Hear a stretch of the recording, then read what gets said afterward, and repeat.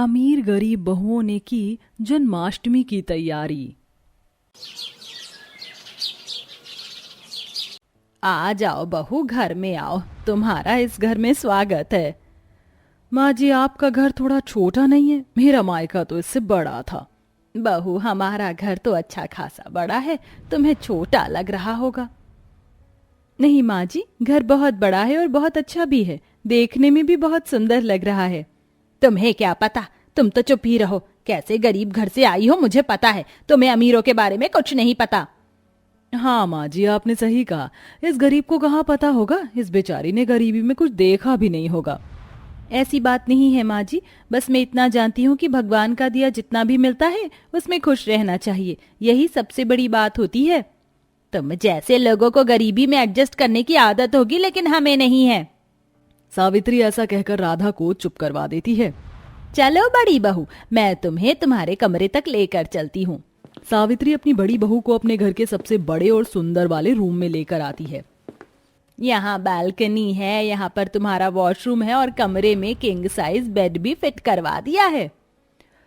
बस ठीक ठाक ही है। वैसे रूम थोड़ा सा और अच्छा रेनोवेशन करवा सकती थी माँ जी आप। बहू, अब तू आ गई है ना, तो तुझे जैसा जो चाहिए मुझे बता देना, मैं वैसे ही करवा दूंगी। सावित्री ऐसा कहकर रूम से बाहर आ जाती है। अरे मंजरी, कहाँ पर हो? जल्दी से यहाँ पर आओ। यहीं पर हूँ माँ जी, बताओ क्या करना है। इसको इसका कमरा दिखा दो। तभी सावित्री की नजर राधा के हाथों पर पड़ती है। राधा, तुम्हारे हाथों में ये क्या है? क्या लेकर आई हो तुम अपने मायके से? मैं अपने मायके से अपनी कान्हा जी की मूर्ति लेकर आई हूँ। मैं उनकी बहुत पूजा करती हूँ और सेवा भी करती हूँ।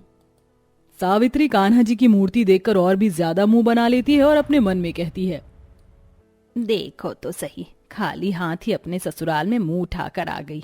पता नहीं कैसे माता पिता हैं इसके, जो इसके बारे में जरा सा भी नहीं सोचा। सावित्री ऐसा सोचकर अपने कमरे में चली जाती है, जिसके बाद बेचारी राधा नौकरानी के साथ अपनी श्री कृष्ण की मूर्ति लिए कमरे में आती है। उसका कमरा बहुत गंदा होता है। हे श्री कृष्णा, यहाँ पर तो बहुत गंदगी है। मैं तो साफ सफाई नहीं करूंगी, मुझे इतने काम के पैसे नहीं दिए जाते। अपने आप देख लेना आप साफ सफाई भाभी जी। वो इतना कहकर रसोई में चली जाती है, जिसके बाद राधा श्री कृष्ण की मूर्ति को रखने के लिए पहले अपनी एक चुनरी जमीन पर साफ सी जगह पर बिछाती है। श्री कृष्ण भगवान, आप यहीं पर थोड़ी देर विश्राम कीजिए, इतने में मैं पूरे कमरे की साफ सफाई करती हूँ। बेचारी गरीब बहू अपने कमरे की खुद साफ सफाई करती है और उसे साफ करने के बाद अपने श्री कृष्ण को एक चौकी लगाकर उस पर स्थापित करती है। आज से आपकी यही जगह है, मैं आपके खाने के लिए कुछ बना कर लाती हूँ। राधा इतना बोलने के बाद रसोई में जाकर खीर बनाती है और अपने श्री कृष्ण को खिलाती है। श्री कृष्ण, ऐसे ही सदैव मेरे साथ ही रहना, चाहे सुख हो चाहे दुख हो, कभी मेरा हाथ मत छोड़ना। राधा श्री कृष्ण भगवान की बहुत बड़ी भक्त थी और वह उनकी पूजा पाठ भी करती थी। और इधर विशाखा को किसी भी चीज से कोई फर्क नहीं पड़ता था। वह शादी के बाद भी सिर्फ अपने कमरे में ही रहा करती थी, ऊपर से अपनी गरीब देवरानी के ऊपर हुक्म भी चलाया करती थी। ऐसे ही धीरे धीरे कुछ वक्त गुजर जाता है, लेकिन गरीब बहू के प्रति सावित्री का बर्ताव बदलता ही नहीं। वह उससे घर के सारे काम करवाती और अमीर बहू को घर की रानी नहीं बल्कि महारानी बनाकर रखती। अरे राधा, राधा, कहाँ हो तुम? जल्दी से यहाँ पर आओ, एक आवाज में सुनती ही नहीं हो। इतना सुनते ही राधा फौरन अपनी सास के पास आ जाती है। माफ कीजिए माँ जी, मैं जरा कपड़े धो रही थी इसलिए सुना ही नहीं दिया। जन्माष्टमी आने वाली है और मैं चाहती हूँ कि तुम पूरे घर की साफ सफाई अच्छे से करो, जिससे पूरा घर चमकना चाहिए। जन्माष्टमी वाले दिन हमारे घर के बाहर ऊंचाई पर मटकी लगाई जाएगी, गांव के सभी लोग हमारे यहीं पर आएंगे। हाँ हाँ माँ जी, क्यों नहीं, आखिर मेरे श्री कृष्ण जी का जन्मदिन है जन्माष्टमी, मैं खुद सब तैयारियां करूंगी। जन्माष्टमी का नाम सुनते ही राधा बहुत खुश हो जाती है और वो घर की साफ सफाई करना शुरू कर देती है। लेकिन इधर उसकी अमीर जेठानी घर के किसी काम को हाथ तक नहीं लगाती और कभी शॉपिंग पर जाती तो कभी कहीं जाती है। क्या बात है माँ जी, घर की साफ सफाई बहुत जोरों से चल रही है, कोई प्रोग्राम होने वाला है क्या? अरे बहू, कुछ दिन बाद ही जन्माष्टमी आने वाली है और ये उसी की तैयारी हो रही है। तुमने जन्माष्टमी की तैयारी कर ली? नहीं माँ जी, मैं तो भूल ही गई थी कि जन्माष्टमी आने वाली है, लेकिन अब मैं जन्माष्टमी की तैयारी कर लूंगी। विशाखा की ये बात सुनकर सावित्री खुश हो जाती है।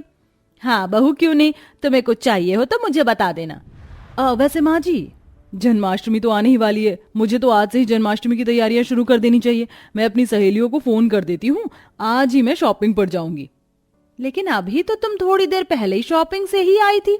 अरे माँ जी, वो शॉपिंग जन्माष्टमी के लिए थोड़ी ना थी।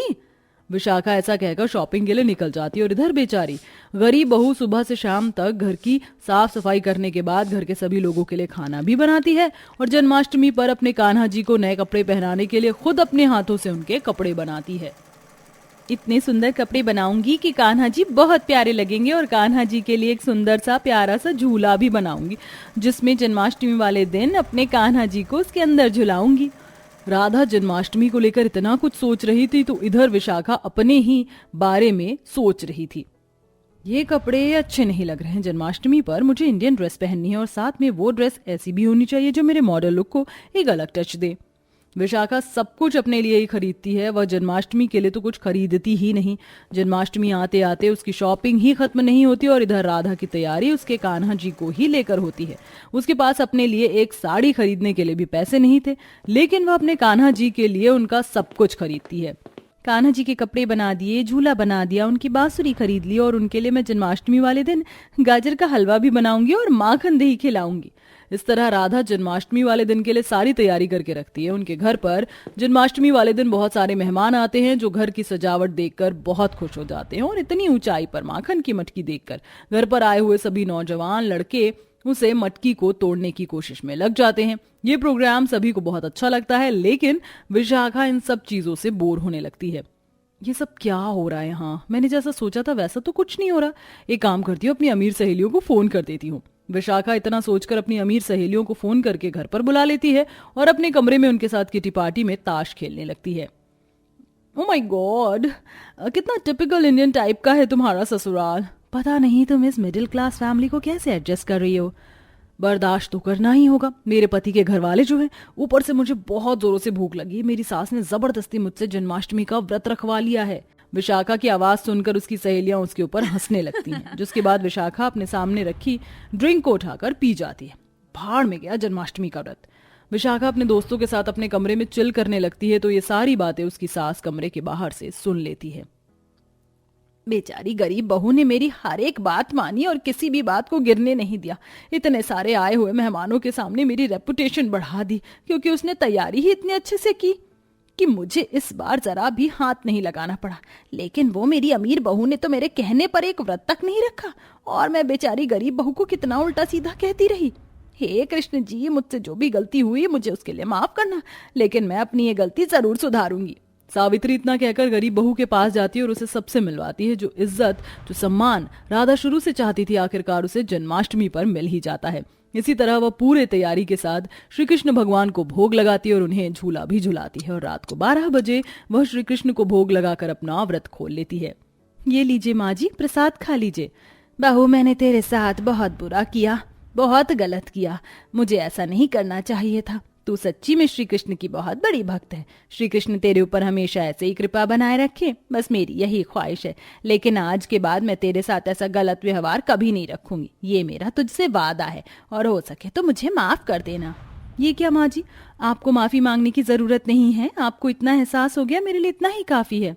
इस तरह सावित्री जब अपनी छोटी गरीब बहू राधा की इज्जत अच्छे से करने लगती है तो वहीं अर्श पर पहुंची हुई अमीर बहू को बहुत जल्द वो फर्श पर लाकर उसे हकीकत समझा देती है, जिसके बाद विशाखा भी सब समझ जाती है और अपनी गरीब देवरानी के साथ प्यार प्रेम से रहने लगती है। इसी के चलते उसे राधा से बहुत कुछ सीखने को मिलता है और वो भी श्री कृष्ण भगवान की सेवा में लग जाती है, जिसके चलते पूरा परिवार खुशी खुशी रहने लगता है।